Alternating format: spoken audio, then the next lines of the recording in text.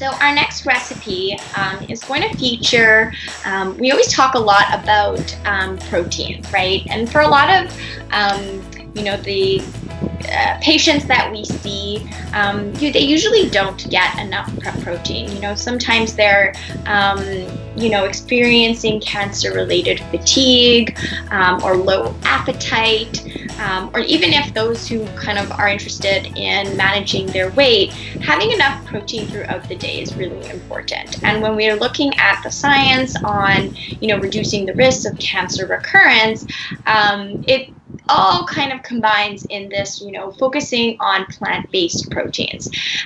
So that includes things like nuts, beans, legumes, all sorts of pulses.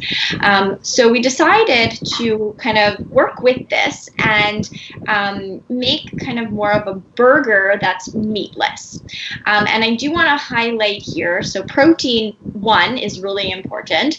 And the second thing is to keep in mind is that when you are grilling vegetables or fruit or any of these plant-based proteins on the grill, you don't have to worry about those carcinogens that are being created because they don't have any fat in them, right? So there's no, that high heat is not causing those cancer-causing substances. So again, like always, we're always advocating and promoting lots of color, vegetables and fruit, and also those plant-based proteins. So we figured we would kind of capture this all in one recipe and promote that grilling, barbecuing safety, so that you could also enjoy those summer meals. Beautiful. Okay, so like Steph said, we're going to be making a bean burger. We're going to be using black beans. I think you're starting to see a lot more of these meat alternative dishes, especially in the barbecue. You have these different types of, vegetarian burgers and bean burgers. And so this is our version. And I'm trying to make it very simple, but we want it to be tasty as well and flavorful. We are not by any means, this is a disclaimer, we are not by any means trying to mimic the taste or mouthfeel of meat, okay? We just want to create a really tasty dish. And yeah, it's going to taste like beans. It's going to have that texture, but it's going to be super, super tasty. Okay, so we are starting off with we have a can of black beans, drained and rinsed, so it's about 1.5 cups-ish. Again, doesn't have to be an exact measurement, but about 1.5 cups, drained and rinsed. And that's going to go into a saute pan, but medium-high heat, with like a teaspoon of olive oil. So really not much olive oil at all. And we want to do is sort of break down and burst those beans a little bit and try to get rid of some of that excess water, okay? So that's going to go in here. Just about a teaspoon or so. Beans go in. That's a good sound. And then just let them do their thing, okay? While they are cooking there, we're gonna add the second ingredient, and it's mushrooms. Now, mushrooms, delicious. I love barbecuing mushrooms. They're great on their own on the grill, but in this case, it's going to add a little bit of moisture to the black bean burger so that they're not super dry, which is great. Mushrooms are mostly water, so it's going to definitely add a ton of water there. But it's going to add a great sort of delicious umami depth of flavor to the burger as well. So it's not just the flavor of black beans, which on its own can obviously be a little boring. So mushrooms, and I'm going to show you a really quick way to prepare them. So again, boop, down, cutting board. We're using cheese grater, okay? Washed and dried the mushrooms really well. And then I'm just going to run them through the bigger blade on the cheese grater.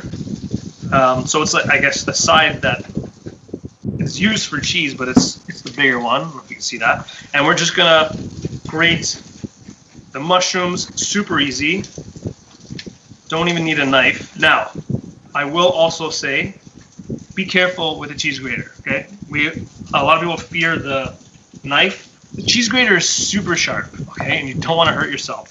So when I have the mushrooms and I'm grating them, my palm is sort of flat and my fingers are spread open so that my fingers are actually not in contact with the cheese grater itself. We don't want to end up with some finger in the burger. That would not taste good.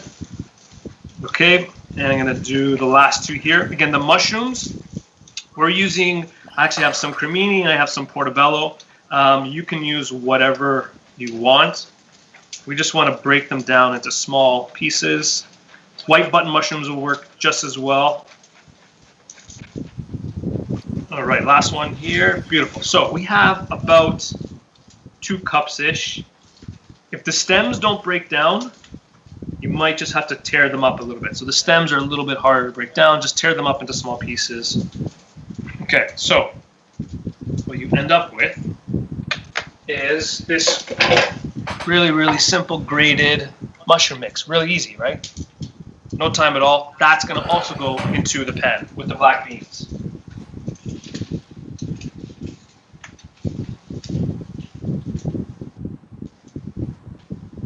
Okay, now you just want to stir that through. Mushrooms, like I mentioned, do have a lot of water content in them. So I'm actually going to bring you with me for a second here so you can see what's going on. All right, can we see that a little bit? So, black beans, mushrooms. I'm going to add a pinch of salt. The salt is going to help to draw that water out of the mushrooms, and it will make it evaporate a little bit quicker. If we put it in raw, it would still come out good, but it would be a little on the soggier side because it would still hold on to a lot of that water. So we want to get rid of it. And then seasoning-wise, this is where you can experiment. Okay, I'm making it very, very simple. I'm adding one of my favorites, which is smoked paprika. This is, if you've never used it before, you can find it in most grocery stores. It's not spicy, it just has a really nice sort of barbecue, smoky flavor to it. So I'm adding like a generous teaspoon because I like that smoky flavor. But you can add dried oregano, you can add cumin, you can just keep it simple, a little bit of salt and pepper, whatever you like. It's really nice to sort of customize at this point, okay? So we're just going to give it a gentle stir throughout. And we want to pretty much cook this down for about 5 minutes. It doesn't really take that long. So about 5 minutes, you'll start to see the black beans burst and crack a little bit. And you won't see any of the moisture, which I can see in the bottom of the pan from the mushrooms, okay? That will sort of like dry up a little bit. You do want to stir, every once in a while, pretty often. You don't want it to burn. We are using sort of medium-high heat, but let it do its thing. And then at that point, you can use like a flat spatula and just smash it and mush it into the pan. You can use a fork too, that's easier. I find with a flat spatula works really, really well. Just until you get this sort of almost ground mince texture, okay? So you don't even need a blender, you don't need a food processor. It should be easy enough just to do with a fork or a spatula, okay? And I just want to add that, in this recipe, we're adding mushrooms. So again, sort of vegetable. We're always highlighting and talking about having, lots of color coming from vegetables. So eating that color of the rainbow. But we sometimes forget about those white ones. So onion, garlic, mushrooms, cauliflower. These all count and have nutritional qualities as well. So one thing that I just wanted to highlight regarding mushrooms is they're really rich in B vitamins. Okay, so B2, B9, B1, B5.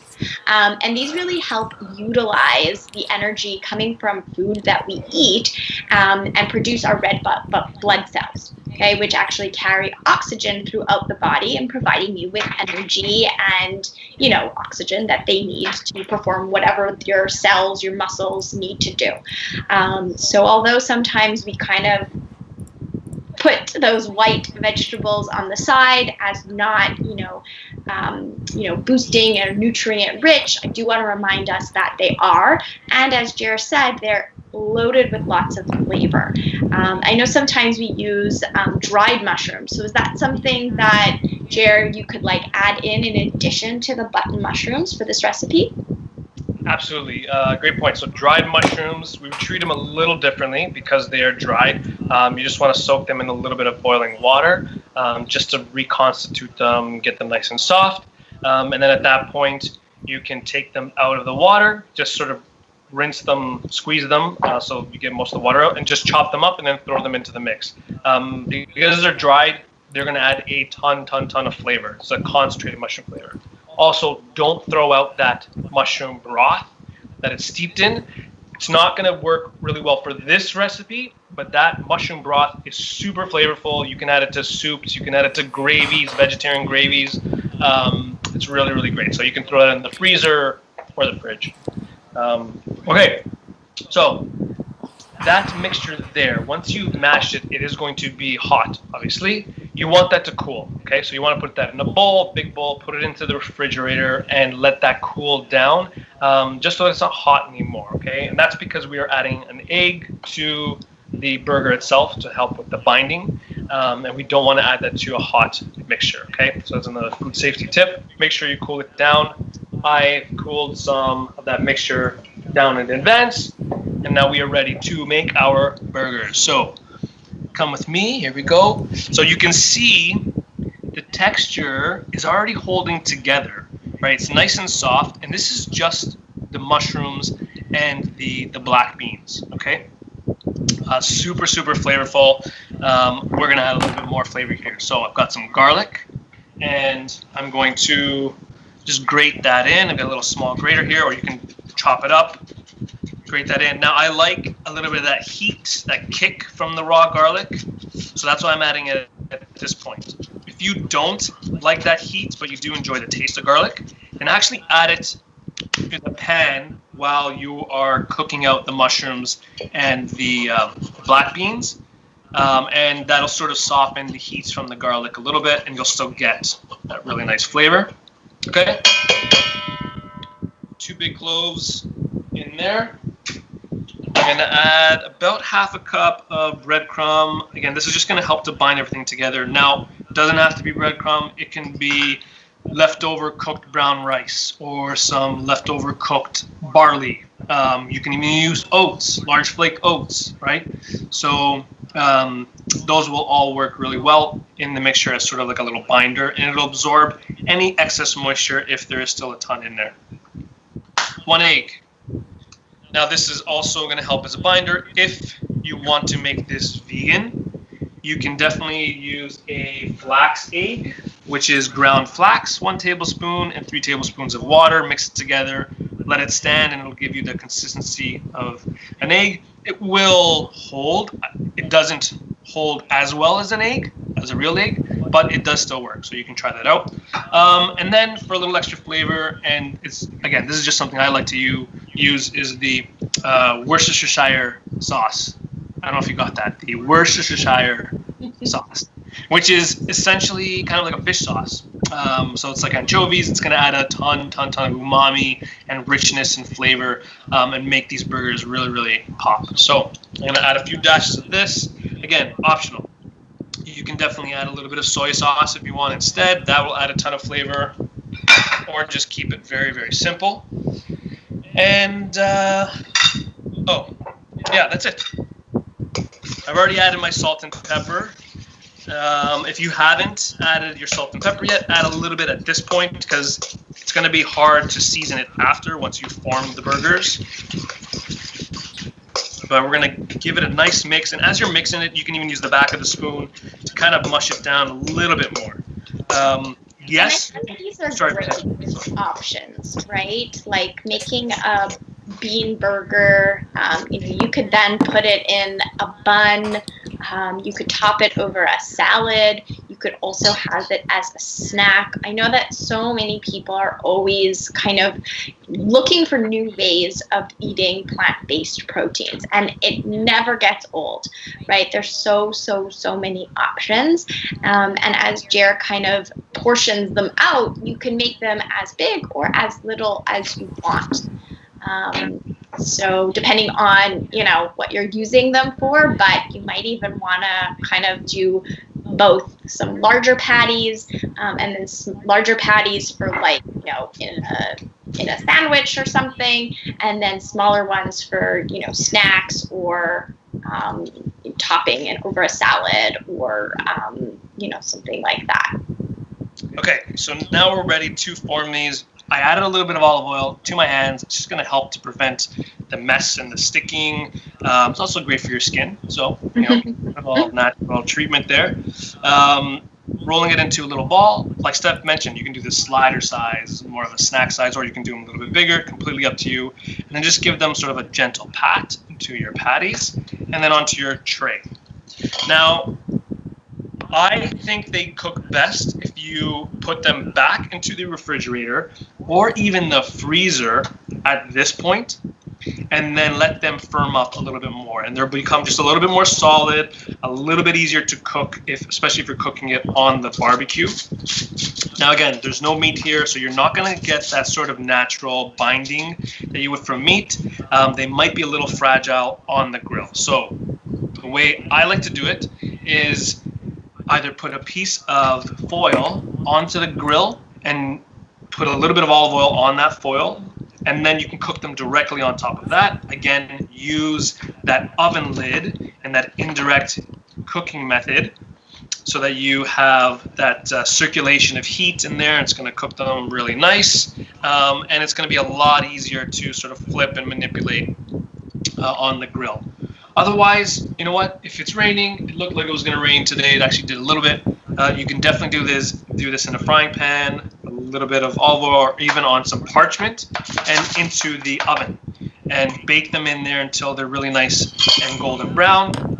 This should take about 20 minutes at 400, 25 minutes at 400, just until they're really nice and crunchy on the outside, but not dried out as well. So beautiful. We have our little patties, and again, this will make probably about 8, you know, small size patties. This is only half the mixture. That's why I only have 5 here. I'm gonna wash my hands quick, and I'll show you. Do a little swap.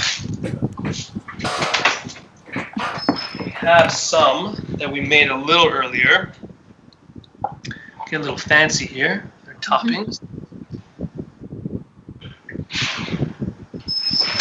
All right, so this is what we're looking for. And now I made these a little bit bigger, but I want to show you that really nice sort of crust, that crispiness on the outside. And they hold together really, really well, which is fantastic. So these will be delicious on a bun. I actually like them on their own and just put like a little sauce on it, maybe some lettuce, maybe some grilled onions.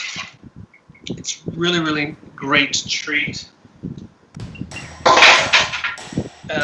Also at this point you can freeze them, okay? So these will freeze really, really well. Put them into a freezer bag and they'll stay frozen and good to go for like 4 to 6 months, no problem. And then you can just reheat them as well. So there we go, black bean mushroom burgers. Yummy.